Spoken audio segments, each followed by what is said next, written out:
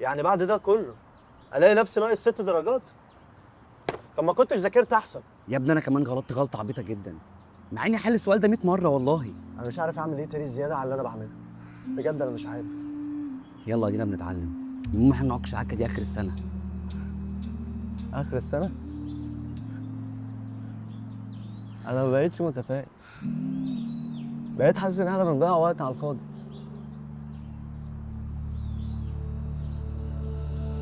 هأجل طيب.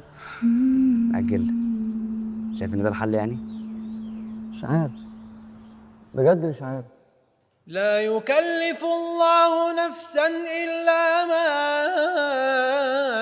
آتاها سيجعل الله بعد عسر يسرا. في لحظات بتخليك تحس إن كل حاجة بتضيع منك وإنك خيبت أمل نفسك، بس الحقيقة إن عمر ده ما كان نهاية الطريق، ده جزء من الطريق نفسه. قوم تاني وكمل، لسه الرحلة ما انتهتش.